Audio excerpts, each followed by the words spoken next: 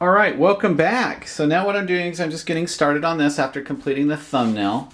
So I'm just massing in an extremely thin layer.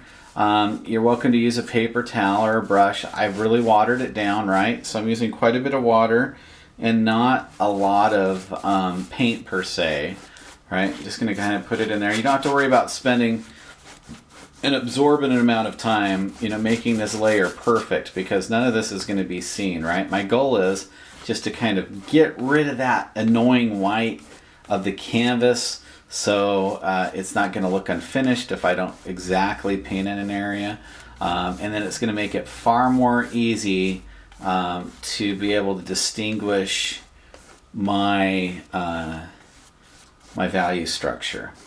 Okay. So there we go. That's step one. I'm just going to come over here and turn on my light on the still life really quickly. Okay, so now that I have that plugged in, I have the benefit of having done a thumbnail. So I'm going to take what I learned from that thumbnail and come in here and start to outline. If you're at all curious, I can pan down here for a brief second and just show you my setup.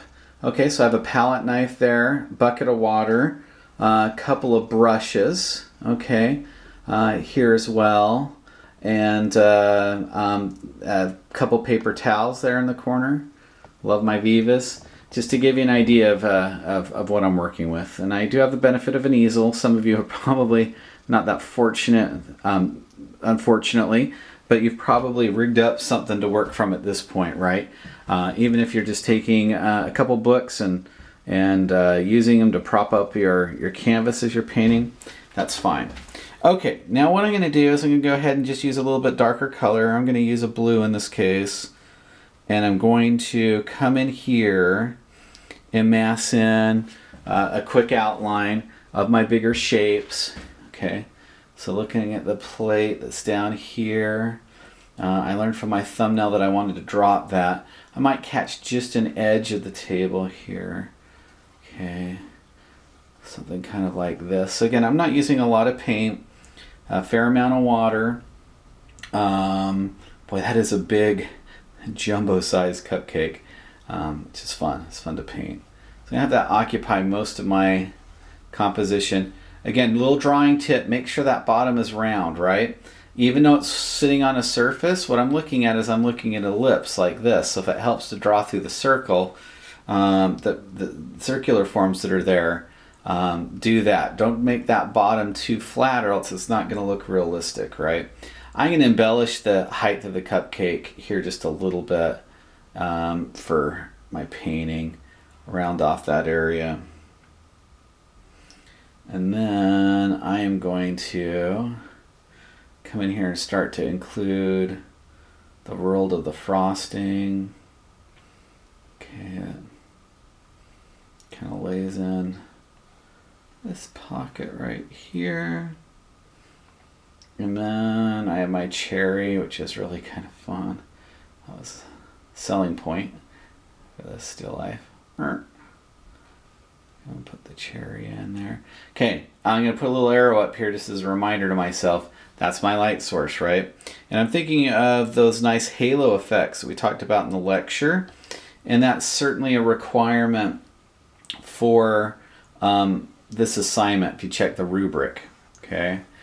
Don't forget about including some of that halo effects of different color later on. So now I can see the back end of my plate actually rises about in this neighborhood, right? And if I want to take it up off the composition, and actually the edges of the plate wouldn't even be shown all the way in this case, okay?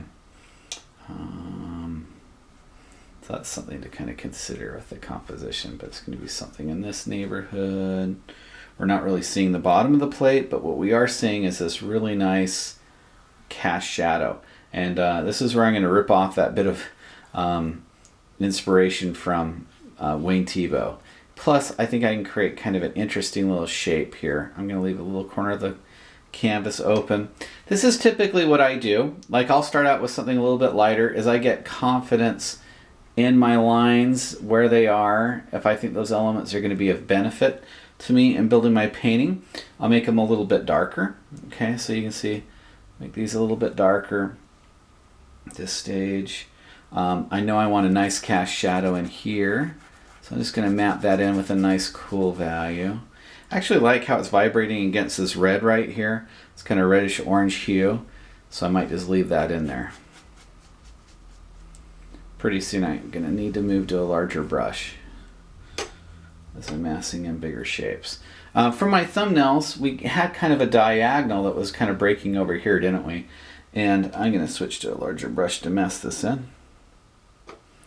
Don't want to get caught with too small of a brush for doing the job. Okay, now keep in mind, I'm really keeping these layers thin, initially thin, okay? Kind of watered down, but I'm playing a game of light and dark. I'm looking at my larger masses, and I'm just thinking of shapes. So at this point, don't get consumed by all the colors. You can think of this as almost doing like a painting with 1 or 2 colors, and then you don't have to worry so much about all the values. See how much better results I'm getting by using just a bigger brush here. So don't be afraid to use kind of a bigger brush to get started. I'm just blurring my eyes and looking at these bigger shapes in the curtains. Given the length of this painting, I'm probably not going to paint them in their entirety, right? Okay, and then I want to speak of a dark value that's here on the bottom of the cupcake. Like that. Like this. Like that. Some darker values. These details will come in later. In fact, I don't know if it's really worth putting those in yet. I might make this like a more plump,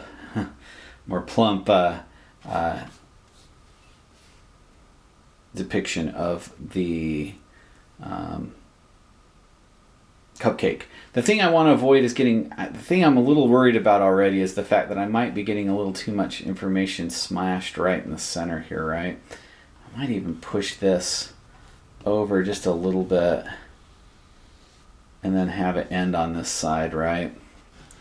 So I'm liking that better already, just so it's not so dead center. Could you see how it was starting to become a little centered? I was a little worried about losing the tension on the canvas. Better. Yeah, it was getting too symmetrical there in the middle, so I'll adjust this as I go. Okay, that's enough information to work into on this stage of the painting, right? Just really big, basic shapes. Now what I'm going to do is I'm just going to start to mix in my local colors, and I'll do that quickly. So a good place to start is the background, and I think I'm going to go for kind of a lighter green.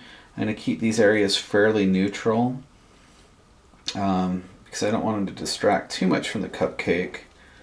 So the mixture I have going here is still a little on the intense side. Neutralize it some with a little bit of brown, some white. So what I have is a little bit of green, a little bit of brown, a little bit of white. Okay, oh, that's kind of nice. I like where that's going.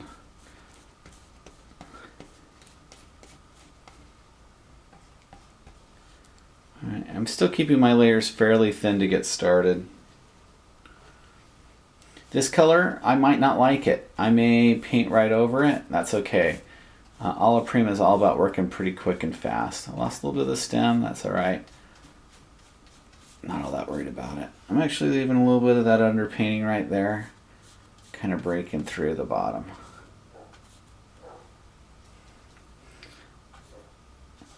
You see that area of paint got a little bit dark? That's okay. Actually, the variation is usually pretty good.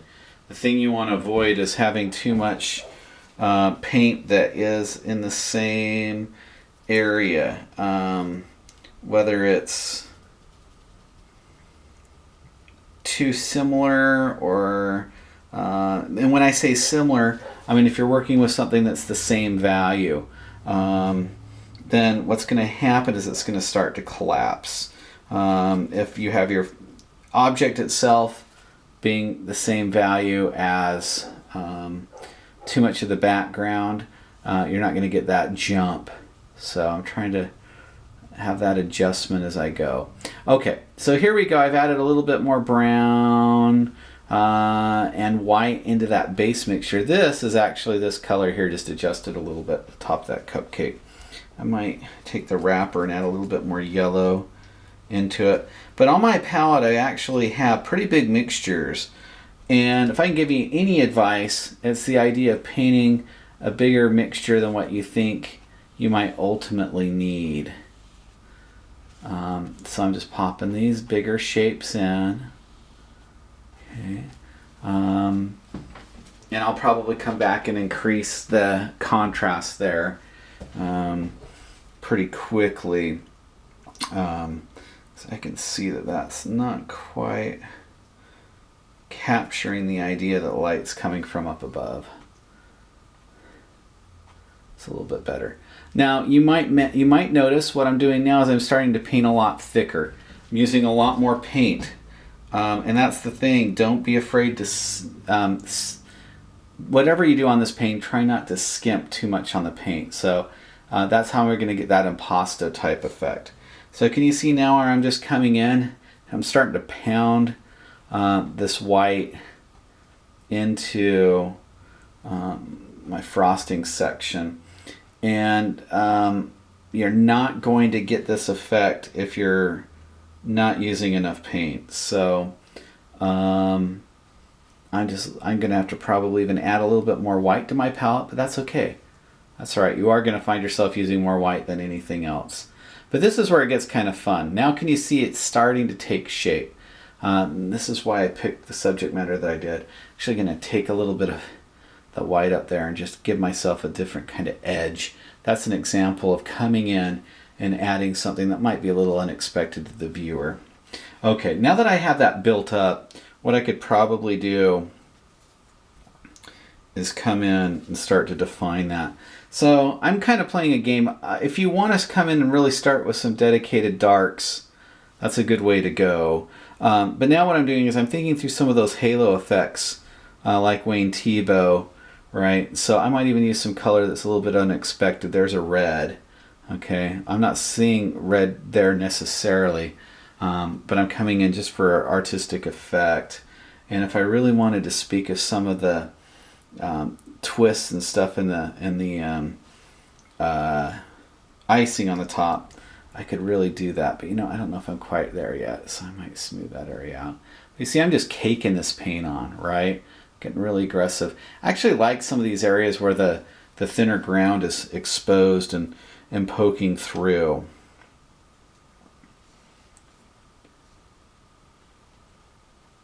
All right, and I'm starting to clean up my edges a little bit. I'm starting to build this dialogue between the cooler blues and the warmer, hotter reds, which is a lot of fun. So that might be the game I kind of play on this. I'm going to really push up that intensity right here and even a little bit more red. I like where that's starting to go. Okay, so I might wait for this to dry a little bit more and come back and start to speak of where that paper meets the edge of my cupcake. But it's going to be somewhere around here, shaped like this. I think I do need to tailor that shape in just a little bit. Anyway, you can see I'm getting pretty aggressive on how thick the paint is. That might intimidate a few of you, but that's okay. The idea is I'm laying down these marks, and this mark is pretty thick. It's actually kind of interesting. And I don't have to feel really worried about it because I may come in eventually and thin it out.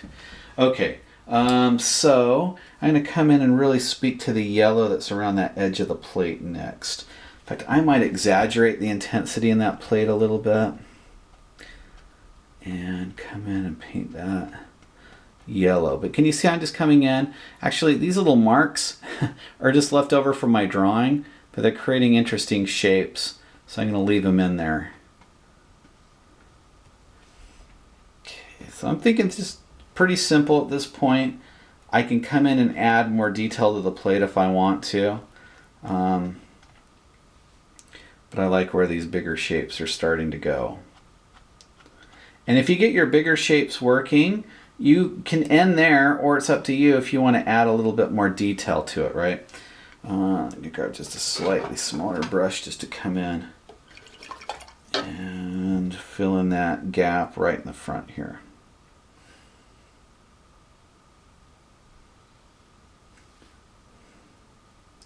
I have to admit, this camera that I'm filming with has a limited amount of memory, so I'm not sure how far in the painting process I can push this. So if I need to, I might even pause it and work the painting a little bit, but I think you're getting the idea of how to start to build this painting. I'm going to come in and really push the idea of green in the foreground. When I started this painting, I didn't think I was going to work so intense color combo, such intense color combos into my composition, but I'm actually liking where it's going. I think it's because I have this really nice, warm, cool play going. Look, there's this little line left over from my initial ground that I prepared, and I just really like that. So why not run with it? Anyway, can you see how I started thin? At this point, I'm starting to look for excuses for smaller shapes. And that is the basic building block of this painting. Now, I'll keep working it. Again, as I mentioned, the camera may not stick around with us. So if it abruptly kind of ends, it's my apology there, but it's mainly equipment based. So what I'm going to do is start to come in and clean these areas up. A little bit darker. I'm just pounding the paint in here. I'm not necessarily worried about painting each and every detail, but just putting in a little area of information. That might have been just a little heavy handed right there. I don't know why I don't like that mark. But when I lay down a mark that I don't like, I don't panic. What I'm going to do is just paint a thicker area of paint and just go right over the top of it, right? And actually that gave me kind of a neat brush mark, which I'll leave that one. I think that one's kind of nice. Okay. So that's the fun thing about working this way. I want to be careful not to make that too white. I don't want it competing with the frosting shape. So I might just kind of manipulate this pocket a little bit until I get some brush marks that I like. And this is where it gets totally subjective, right? But I'm really a fan of working in the Impasto Alla Prima tradition. That's the kind of painter I am. So you'll build confidence as you do this. Or you'll figure out it's not your style and not where you want to go. It's not the kind of art you want to make, and that's okay too. So each to their own. If we were all making the same kind of art, how boring would that be? Okay, I'm going to carry just a little bit of that green in there just for effect. Ooh, I like where this is going. Okay, now I'm going to come in here and just plug in that bright cherry shape. So to give you an idea of terms of how I started this painting, and throughout the quarter I've told you to start with your darks, and I did that to a degree, right, with some of those shadows. But this has been more a mid-tone or mid-color approach. So I've kind of started with what you might consider the base color, and then going in and adding a dark and a light to that base color. So there's my cherry, right? Which my cherry is really a shadow sphere, as we well know, from a shape standpoint. So I need to kind of, my reference over there is giving me great clues. But since my light source is coming over here, I need to add a dark on this side, right? And that is my core shadow. And if I'm after depth, if my goal is to work in a realistic fashion, I'm going to add those three values, right? A mid-tone, a dark, and a highlight. Clean out my brush. I'm at 2 values. I want to come in and add a highlight, but I don't want that highlight to be a pure white, else it'll kind of fall apart, right? A little highlight right there. There we go.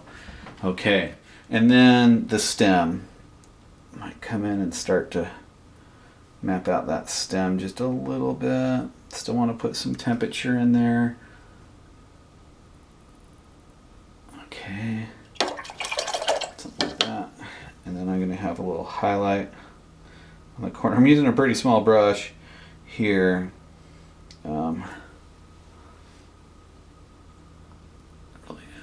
Just going to add a little light on the end there. Might have to thin that stem out a little bit. Feels a little thick, so let's come back in. I still have some of that kind of base color left down on my palette that I put in. So that's why there's an advantage of always mixing a little bit more paint than you think you might need. Come in and clean up that stem. Thin it out so it's not so thick. That's feeling better already.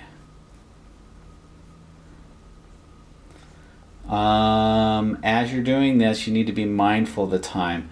That's a little symmetrical up there, isn't it? So I'm going to bring a little of the background down into that frosting, just so the shape is a little bit more interesting. There we go. Actually, the drop going down is juicy. I like it. Okay. It's a pretty intense palette that I've got brewing here. From this stage, what I'm going to do is break down these smaller shapes. And I don't want to take you so far into the demo that you're going to start losing interest, right? Because I know sometimes it can be hard to just watch somebody paint for a really long period of time. So I am taking this challenge of working quickly for your sake too, because I don't want you to get bored. But hopefully you've picked up a couple of tips or two. Now what I can tell is in here I need to add a little bit more variation. I'm going to add a little bit of that red. Okay. Just so it's not so obvious to the viewer, like, oh, I get how it's going to be made from one edge to the other. Okay, that should give a little bit idea in terms of the overall shape of the cupcake. I do think that I could push this value a little bit darker here. Maybe make it just a little cooler, a little bit more resilient, the shape. I'm really not worried about edges. I maybe should be more than I am, but I'm just kind of, this is a very hard edge painting. I'm just laying down a lot of really hard edges. That's kind of cool. This little bit of yellow got caught in there. I'm going to run with it. That's fine. I do think I've got a little bit of a problem going here on the bottom, and I even warned us all about it. I think I flattened it out a little bit, so I think I need to, yeah, it's looking better. Extend this bottom out so it feels a little more round. There we go. There we go. Better.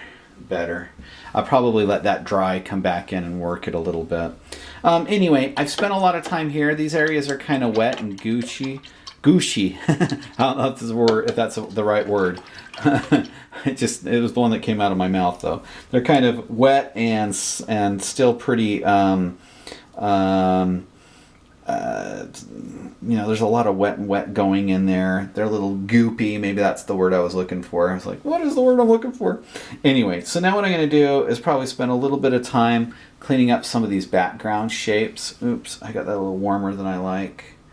Cool that off a little bit more.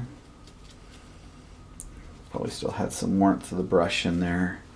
Want to keep these, yeah, that's better. Want to keep these areas nice and cool. So I can get in here and start to work. Ooh, that's nice. I can get in here and start to work a little bit darker value. And maybe I'll play around with some brush marks, right? Anyway, that might be a pretty decent stopping spot there. I'm not sure how long I've been going. 24 minutes. 24 minutes so far. Okay. But I would have another roughly hour to kind of work this and refine this. And I would suggest probably doing that. I'm going to stop here in all honesty because I don't know how much further this this camera capacity can go.